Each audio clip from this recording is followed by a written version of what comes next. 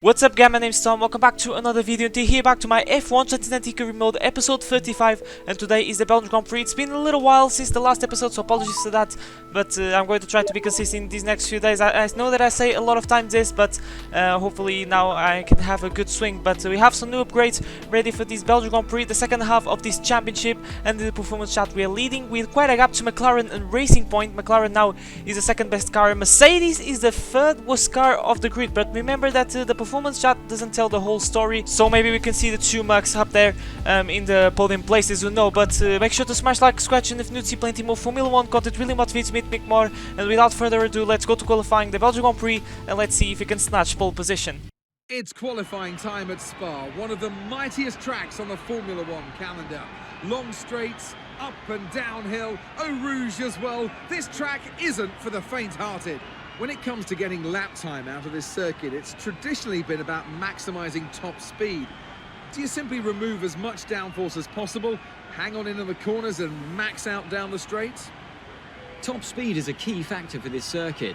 Even if you can achieve the same lap time as someone running less wing than you, chances are you'll find overtaking difficult if you have too much drag. And here we are through the camel straight in Q1, going through the chicane, locking up a little bit, missed the apex. It was quite a challenge, a bit this track, not gonna lie, because I'm driving without racing line. My first race is in my career mode and I'm driving without racing line, so the struggle is going to be maybe clear in these first few races. But here we go through the bus stop chicane. I think it's going to be very easy to get out of Q1, and through the final corner, put the throttle as early as you can. Verstappen with a provisional fastest time across the line, and this is enough to get us in P3 behind Hamilton and Verstappen, and at the end of the day it is P9, so just a formality, 3/10 away of Verstappen's fastest time. So we'll see what he can do. Practice sessions were quite okay, but I think we're going to be a step back of Verstappen, because I think we are not on the pace to challenge me this weekend, but we are very comfortable in the championship, so we can play around him. It's not going to be, the end of the world. It would be more if it was like 15 points away, which is not the case. We are really with a nice lead on the championship, so we just have to be consistent, not do silly things, and we should be fine. Across the line, and it is the fastest time in Q2, and that is going to be enough to get us through into the top 10 shootout. So the confidence is going to build and build over the course of these qualifying sessions. As always, I always feel a little bit nervous in Q1 because I'm always afraid of getting knocked out. Lando Norris knocked out of Q2 without setting a time, so I think that's a glitch from the AI where they don't set times, or I think the game deleted times for exceeding track limits. I'm not entirely sure, but I think it's just a glitch. And here we are in the top 10 shootout, Q3. Sebastian Vettel setting provisional pole position at the moment, but it should be easy to beat that time because the Ferraris are a step back in this season 2 through this complex of corners, which I missed the apex in the first one, but here I hit a little bit. We have on the steer.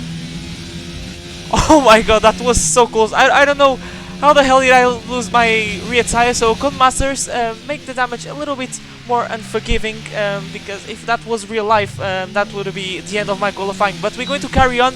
It's not going to be a brilliant lap, and it's not enough to beat Ricciardo and Butler, that is provisional pole position. And we skip forward, and we are 1.3 seconds off of Verstappen's pole time, but there's a lot of time left on the table. So here we go, join me on this lap, no cuts, through turn 1, nice and tidy, and we lost a bit of time because I think absolutely nailed turn 1.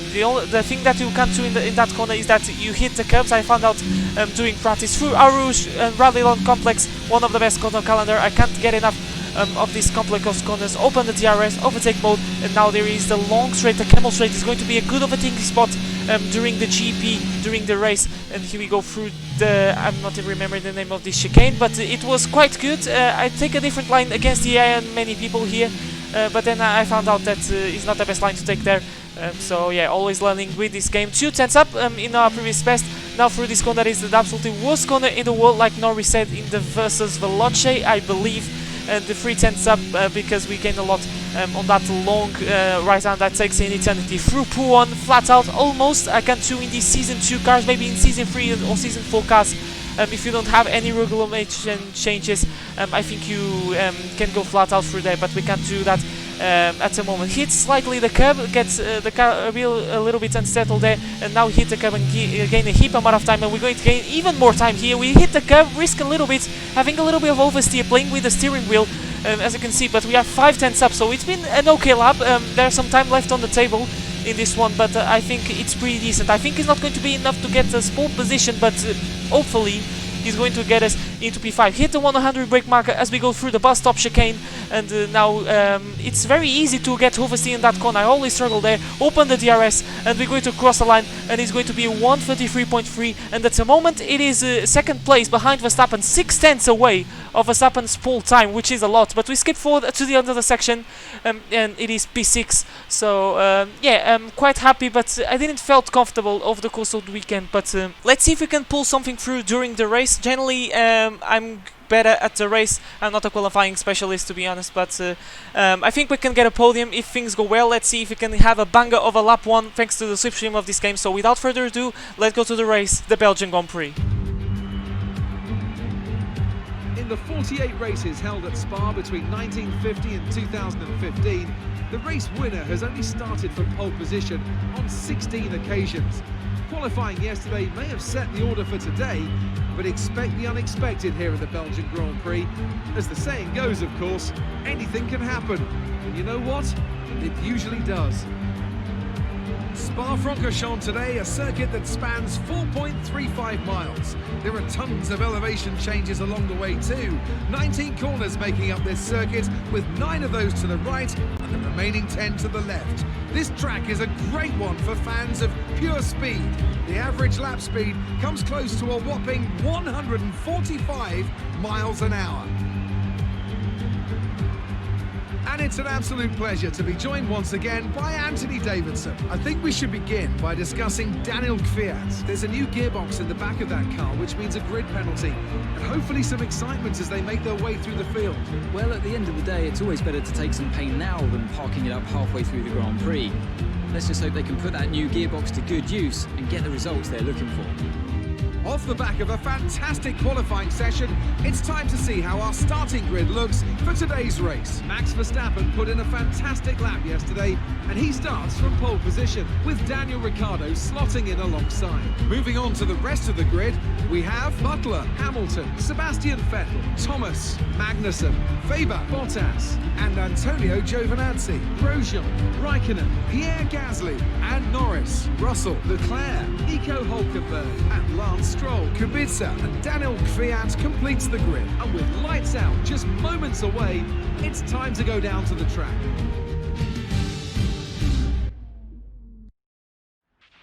Okay, remember to brake early for turn 1 as the pack's gonna bunch up.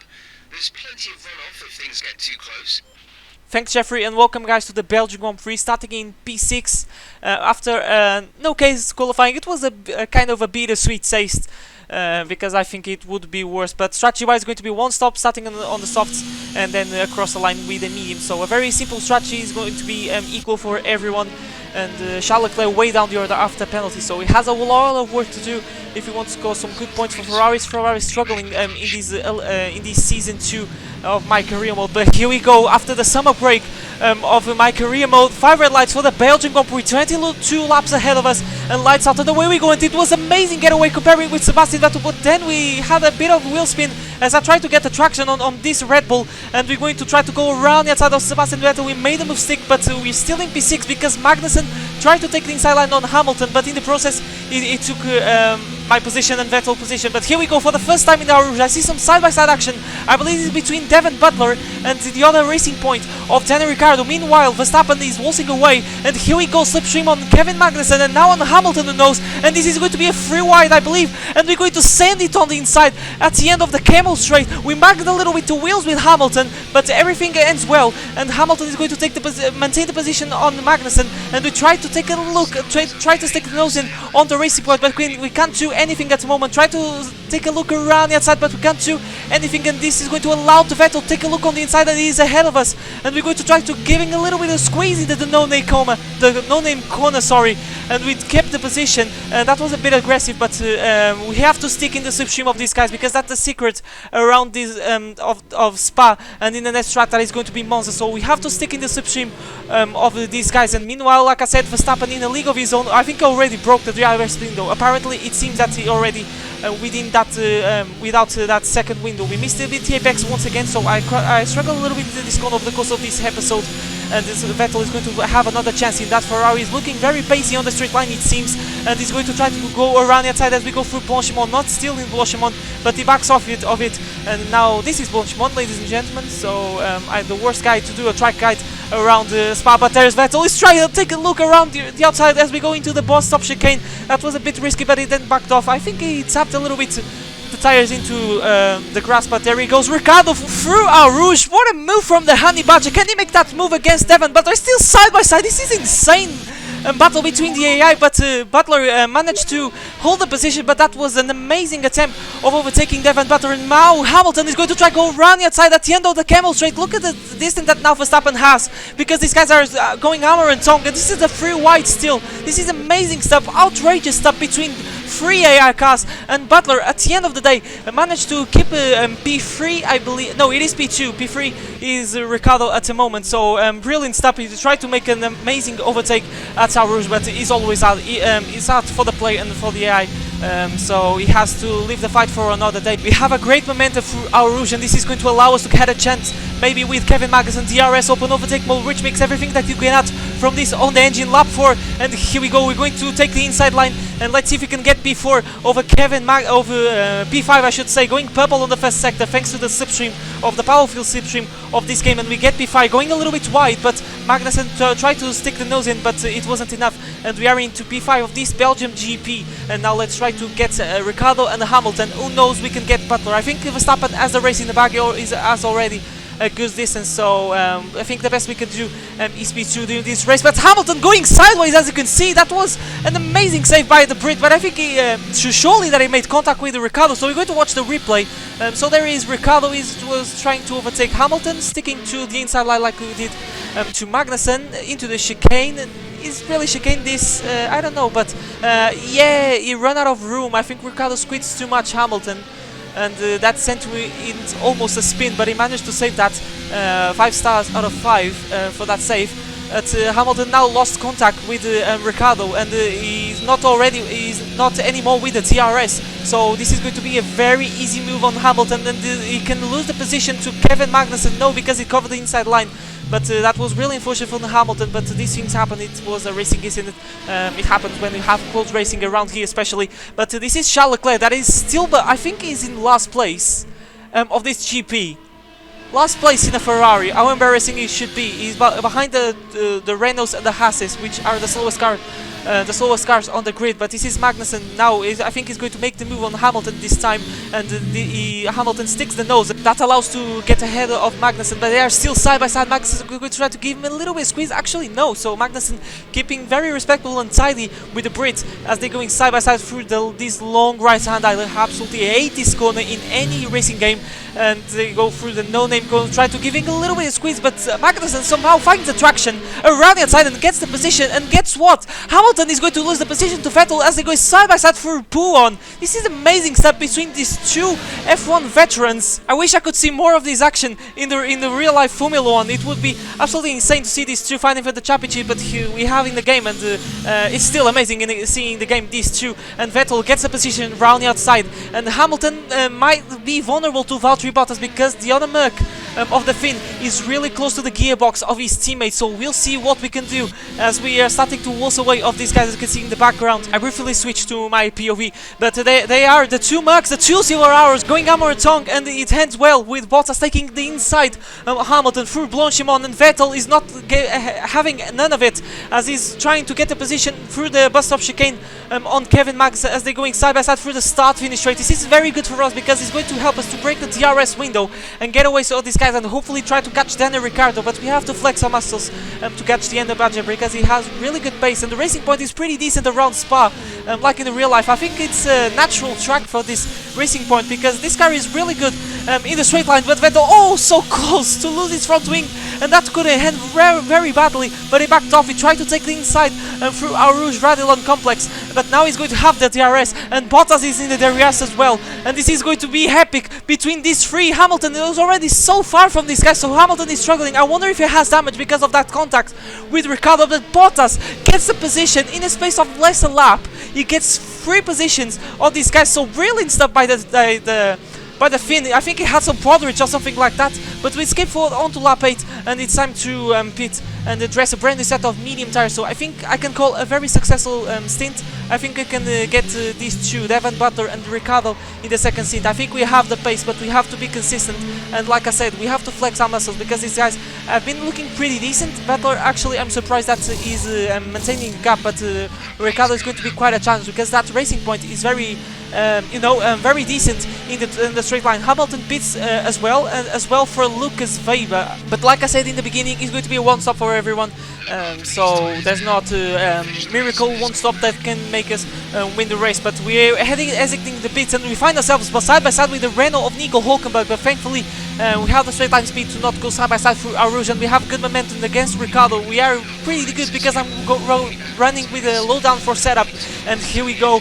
and that's a move done and dusted, and now we're going to try to press on and maybe try to get the undercut on Verstappen. When I'm saying undercut is not quite overtaking, but try to get closer to him, maybe have a chance. I think we have a chance to win this race, but it's going to be very difficult. But at the moment we are virtually in P2 of this Grand Prix, as Norris is going longer. He's still on the soft, so he's going to pit sooner or later, but we are losing time, so we have to make this move because Butler already cleared him. So I was saying that we were in P2, virtually no, we are in P3 because we have to overtake Butler to get into second place. So we have to negotiate first Norris, which is going to be easy. He has absolutely nothing that he can do in that slow McLaren. McLaren is the third best car, but they are really down the other during this weekend. And look at the powerful slipstream on Devon Butler. What is this game? What is this code? Isn't going to make the move maybe around the outside? This is fine margins with our former F2 rival, and these squeezes shove us off of that right-hander, and that's raw aggression from Devon Butler, ladies and gentlemen. Like in F2, Butler shows his aggression once again in my F2 career mode. Finally, this man shows something that he showed in F2, but we have a virtual safety car because I believe someone is out of the race, and we enter in ultra speed mode. Don't talk about teammate Maddock because yeah, I'm copying because no one cares. But great exit of the virtual safety car for the first time that I have a good getaway of the virtual safety car. So finally I'm not cursed anymore in this game, and we made a move on Devon Butler very easily thanks to the slipstream. This is the thing about Spa, just stick in the slipstream and you should be fine. If you're ahead and the guys behind you have the RS, you're basically screwed. And we skip all the way forward onto lap 19. It's been a very calm Grand Prix now. Try to get some consistent laps, learn this circuit at the same time. We are managing the gap over Devon Butler, but now we have some yellow flags, as you can see in the minimap, and this is Lewis Hamilton that is out of the race. Oh man, that is really bad for the championship. He's going to lose a heap amount of points, and this can decide the championship because now it's going to be probably between me and Verstappen, because Hamilton might have the chance of battling with us, but after this DNF I think that's pretty much it in terms of the championship chances. And probably Hamilton is not going to revalidate the title that he took in Season 1. But this is the battle for the final step of the podium between Devon Butler and Danny Ricciardo. And Ricciardo can get is trying something on Butler as they go through the bus stop chicane. This is going to get tasty because they are very close, and surely that we're going to have some side-by-side action as they're still side-by-side through the first corner. I don't know what corner is this. I'm really bad with corner names. You guys know, is a thing for me.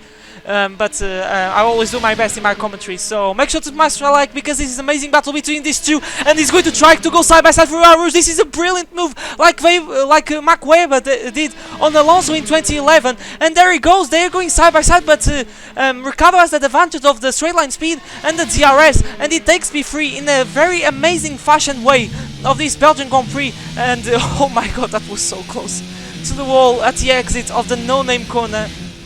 As we're trying to set a fast lap, still the fast lap of Verstappen, which we're doing, we're setting personal best, but that was so close, almost putting my race to an early end, with just 3 laps to go. I said I was going to not to do silly things, but we did a silly thing almost, and we set a fast lap, most importantly setting bubble on the second and first sector. But after that it was pretty much it. We set the fastest lap, and I'm really pleased with this Grand Prix, starting in P6 after an okay qualifying. I knew that the pace wouldn't be brilliant during this weekend, but we made the strategy work. It was just sticking in the slipstream, wait for the right moment, and yeah, we were fine. And there is another 1-2 for Red Bull. Verstappen wins, and it clearly deserves that win. It was almost a grand slam if it wasn't me stealing the fastest lap, but at the end of the day it was a good relay for Red Bull and for me. Good job, you did really well. Super driving.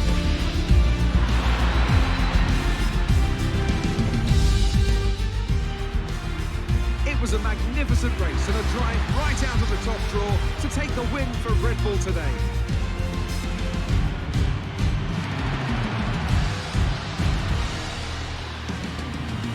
Anthony Davidson, how do you think they were able to set themselves apart today? Well, this was a real team victory. They put together a solid strategy today that appeared well suited to the conditions out on track. The driver did everything that was expected of them in the moment to really execute the team's plan to perfection. A shining example of how F1 really is a team sport. Here come today's winners. The team at Red Bull have done a phenomenal job recently.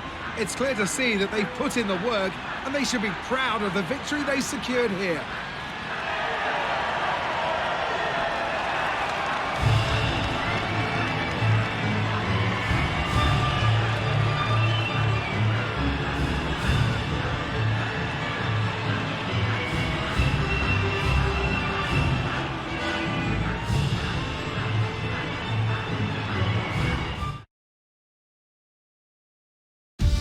So let's review the updated driver standings. This result narrows the gap between our championship leader and the rest of the standings. Let's focus on the driver of the day. Anthony Davidson, who do you pick? But there's no question in my mind, it has to go to George Russell. What a performance. He's got every right to be proud of what he accomplished out there today. It's time to check out the constructors' standings. Red Bull pull further ahead of the standings. Well, Ants, an end to another fantastic weekend of racing. Thanks to everyone who joined us, and we'll see you for the next one. And here are the confirmation results, guys. The Belgian Grand Prix starting in P6 and finishing P2. So like I said, a positive day for the team, and Red Bull gained the maximum points that can gain in the Grand Prix with a 1-2 plus the fastest lap, and Giovinazzi and Hamilton are the non-finishers of this Grand Prix. So that was very unfortunate for Hamilton because he's now 96 points away from us, but Verstappen closed the gap and he's 39 points. So we have a very comfortable gap, but we can't fall asleep because everything can happen in this sport, and in the constructors we are very comfortable. So I think we have already one hand in the constructors trophy. But that has been episode 35 of my F1 2019 career mode, guys. So I hope you guys enjoyed of this episode. Make sure to smash like, scratch, and if you do see plenty more Formula 1 content, and make sure to share this video as well. It really helps me out, so if you could that, I would be very thankful. Next episode, Temple of Speed, Monza. So straight line speed is going to be the thing that is really important. One minor upgrade, 2 minor upgrades I want to say for the chassis, and is going to be rate reduction, so that's going to help us as well in the straight line speed. But there he is, everything is going to in our way. The championship seems to be okay, not guaranteed, but like I said, I think we have already one hand in the trophy of the Constructors' Championship. But there he is, we've been very consistent. My qualifying pace is not the best, not gonna lie, but then in the race we always managed to pull something through and get a positive result. But there he is, guys, for me is everything, and I'll see you guys for brand review next time. The Monza Grand Prix, Italian Grand Prix I should say, no one says that, it's just me. Oh man, I don't know these tracks. Yeah, I'm just messing around, so I'll see you guys for a brand new video next time, but for now, it's goodbye.